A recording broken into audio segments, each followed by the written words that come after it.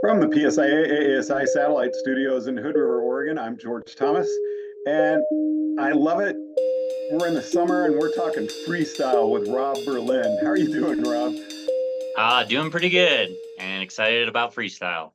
It was really fun getting to meet you on the interview we did a while back with Ben, and you just there was so much enthusiasm there for freestyle. As soon as we were done, I wanted to reach out and just say we got to talk freestyle. Yeah, and you don't get it in the summertime, so it's hungry for the conversation usually too. And tell us about your background. You're a snowboarder, correct? Snowboarder, yep. And So yeah, go ahead. yeah, no, it's I just wondering what was it that really drew you to the park? I think a big piece of it's like the challenge or the personal challenge, or like a big piece of snowboarding is always trying to look cool on your board, and like I just found more ways to look cool on my board, so that was a big piece of it.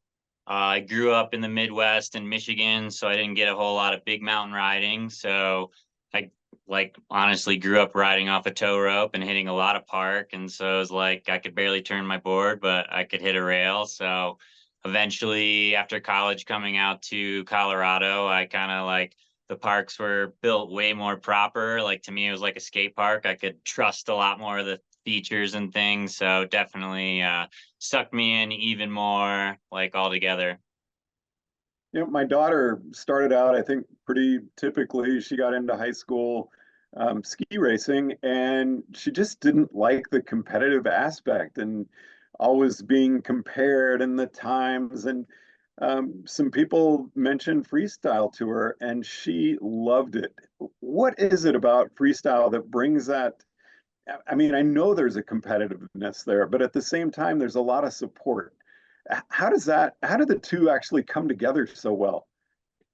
It's where that I think sport kind of crosses into that art aspect where you can take that all that competitive stuff and still morph it, make it your own in the park, and kind of like I mentioned earlier, have that personal challenge and keep wanting things for yourself. And a big piece that separates that in the freestyle world is putting your style on what you're doing. And that's a big one I talk towards all my kids, is like everyone has that perfect whatever they want to emulate, but at the same time it's like make it yours.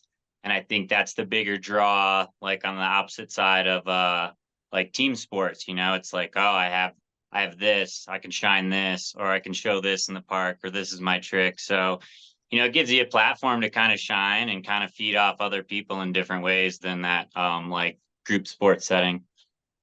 And I got to say, watching a competition, it I never want to see someone fail. I always want to see them hit the trick. And it's not sitting there wanting to see someone not make it. It's like I want to see a great competition and see everybody make it. Yeah, absolutely. That's the tough part of it's pretty immediate whether you were successful or not on that right away, or you're butt checking or still on the ground. So yeah, that's another piece of the motivation, is like not just like in a win or loss, but it's like my performance. And like from that coach side, it's like what can we dig in and say from that performance, we like this, we like that, we're doing that versus this.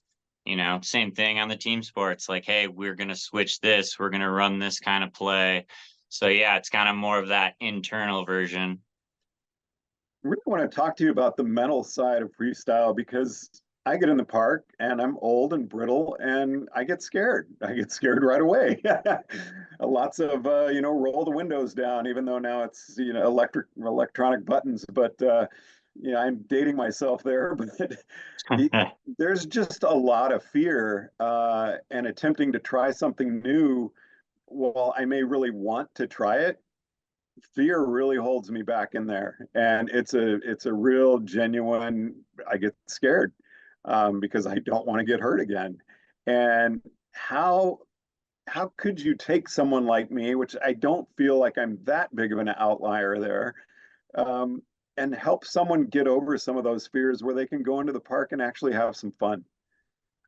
I think it's back to when you mentioned, it can be an individual sport, but also like being around people that'll support that fall or that first try is super important. Like having people around to say, hey, it's cool to fall, or like, hey, it's cool to try it. But that's a very honest, that's a popular lesson I teach. And I think, there's just little perspectives I can bring to it, how I can measure up a rail, like that would make sense to someone else who has that little more calculated or a little bit more of that, like, I know the consequence if I don't commit here kind of thing. So there's a lot of things I do, like, hey, let's ride by, obviously, the previews, or like I always measure things up to my body, like, hey, this goes up to my knee. You think you could jump off a side hit on my knee? Or I don't know. It becomes a group effort to kind of like get your friends to try it, or like get someone in the park with you. And then another one I preach towards that um seasoned crowd would be there's lots of pads and things out there that'll help you kind of get through that fear. And I've had a lot of adult lessons people show pretty padded up, like knee pads, elbow pads. When I'm getting a little serious on my day off, I wear like the butt and hip pads, just like for that little extra, not that I'm gonna fall, but that little extra push that's like, okay, I got this behind my back. I got to say, one of the most fun certifications I've ever gotten was the FS1. I had an absolute blast doing that. I know it's Yes. gotten quite a bit more difficult than when I got mine in 2009, but it was still a ton of fun. And what's it like when you're getting ready to I really want to get into the certification levels here, but also teaching a freestyle lesson. When you're analyzing your group, getting ready to go into a park for a lesson, what are you looking for? Um, yeah, I think big piece is like the confidence behind the turns, and edge awareness is always great. I think like from the racer aspect or growing up doing one thing or the other, like people who have that solid foundation of turning equipment really translates to those quick feet in the park, which is how a lot of people get caught up in the falls or not setting the right edge down and things like that. Um, Sorry, what was, can you go back to the What, question? so would you normally say take a class out and take Oh, them yeah, on a yeah. couple of Sorry. runs to see where their ability is kind of in skiing or riding overall before you take them into the park? Yeah, definitely. And I think a lot can be done outside of the park versus inside of the park. And on that side of things, you don't always have the great progression in parks across the board. But yeah, taking them out, finding side hits, getting creative, kind of unlocking flat ground can be freestyle to kids. I think everyone gets caught up in that, like, the videos or the Instagram reels or whatever it is of like all these amazing tricks. Well, those tricks start somewhere else where they're reading the terrain and things like that. But yeah, and then there's a certain point, definitely working at the Woodwards in the past that I have, I can always find something in a creative way, or I'd like to push like a simple feature, but making it harder. Like, hey, we have this giant box. That doesn't mean you need to go straight down the middle of this box. Can you just hit the side rail? Can you ollie in? Can you ollie out? Can you spin through the box? Little things like that. Or I really love the edge of boxes to get ankle movement going. Things like that, just to where kids are like, oh, wow, I can work on these little things without trying this trick I saw and just getting cooked and, having a bad time. Well, and what you said a little bit earlier, you're actually kind of opening the entire mountain up to someone in a park lesson because you're really teaching them some great skills that they can take pretty much anywhere. Yeah, absolutely. And that's kind of, I don't know. I love that. The park's everywhere. And my favorite joke in a park lesson is like, yeah, let me take you, go carve some runs. I'm like, what? And it's like, okay, now we can take off edges. We know where they're at. We know to set them down. But it's getting the buy-in because we're riding by the park and they're like, aren't we gonna go do that there? And it's like, no, I know a little roller, I know a side hit, or I know a bank, things like that, where you can get a little goofy with your friends without the consequence of falling and everyone looking and all that jazz. So how did you look at your certification in freestyle? What kind of track are you on right now? But I'd really like to hear kind of your history and the way you graduated through. Yeah, definitely. Starting, well, I got my start at Beaver Creek. Did all three of my certs there, and then kind of looked elsewhere. I really enjoyed my time there, and just kind of said, hey, ran a good path, got good education, really good training, and then kind of opened it up. And I always had kind of woodward and copper in the back burner because I used to also teach gymnastics. So it's kind of Okay. like a purposeful employment for a while, kind of seeing like, oh, I can do this. This will overlap to that. I grew up with a trampoline in my backyard, so I was always flipping around doing crazy stuff like that.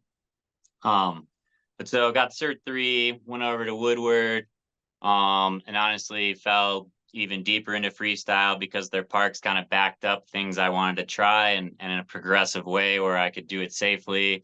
And they had an indoor facility, so I just like was a sponge on that front. And I also befriended, I got to work with Tony Macri along the way at Copper Mountain.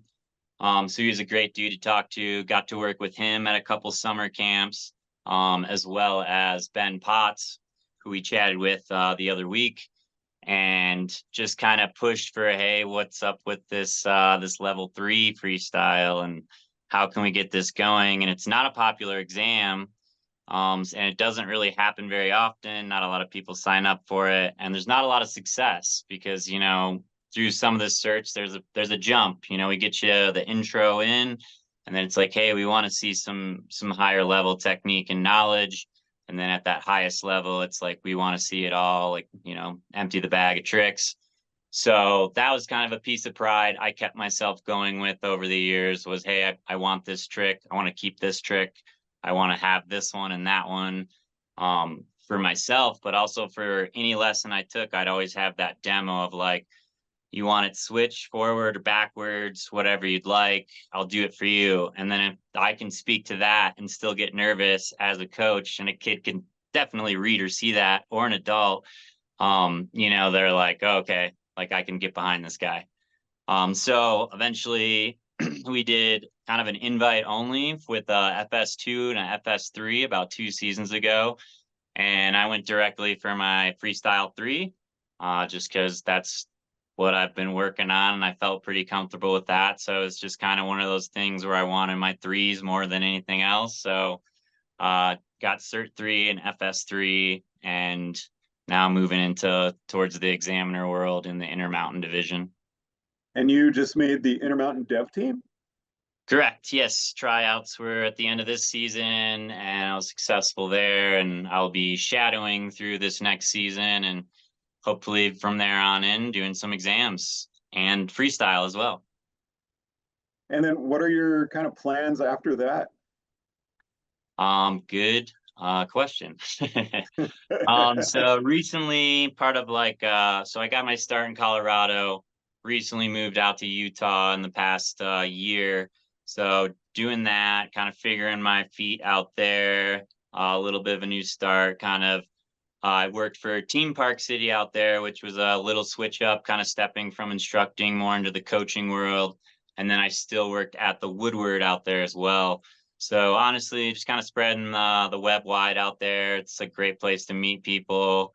And they got the Olympic Center out there. Olympics coming in 10 years. So who knows? It's always kind of on the back burner.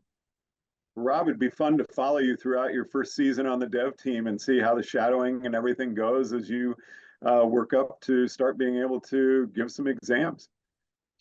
Yeah, pretty excited about it. And like I said, definitely on the freestyle side, I hold that as a high standard. So first the turns and everything like that, I always like to see that and see people coming up. And as you just said to me, I echo the same thing, seeing that next level rider of like, oh, I had you freestyle 1. Oh, sweet. We're at freestyle 2, and then kind of beyond and where that takes people. And in conclusion, any words of advice to someone who's thinking about maybe going after an FS1 or FS2 this season as we Um, come into the season? yeah, you got to try. Yeah, you just got to try. Definitely, I think a lot of people get hung up on the idea of, I have to learn this trick, I have to do that, or I'm going to save this for exam day. The reality is you just got to try. You got to get your falls out. There's a skill in falling, and I think that's the biggest thing I talk towards people is related to any sport. Is like, you don't come on the basketball court and you're only shooting half court shots. You're going to start at the baseline. You're going to start wherever, and it's a great way. I can probably morph that one into a million different sports where it's like, hey, you just got to put the time in here, and then you'll be there. So yeah, definitely just try. It's a big one. Well, Berlin, thank you so much for taking the time to chat with us on First Chair. Really enjoyed it. Yeah, thank you very much. From the PSIA-AASI Satellite Studios in Hood River, Oregon, I'm George Thomas.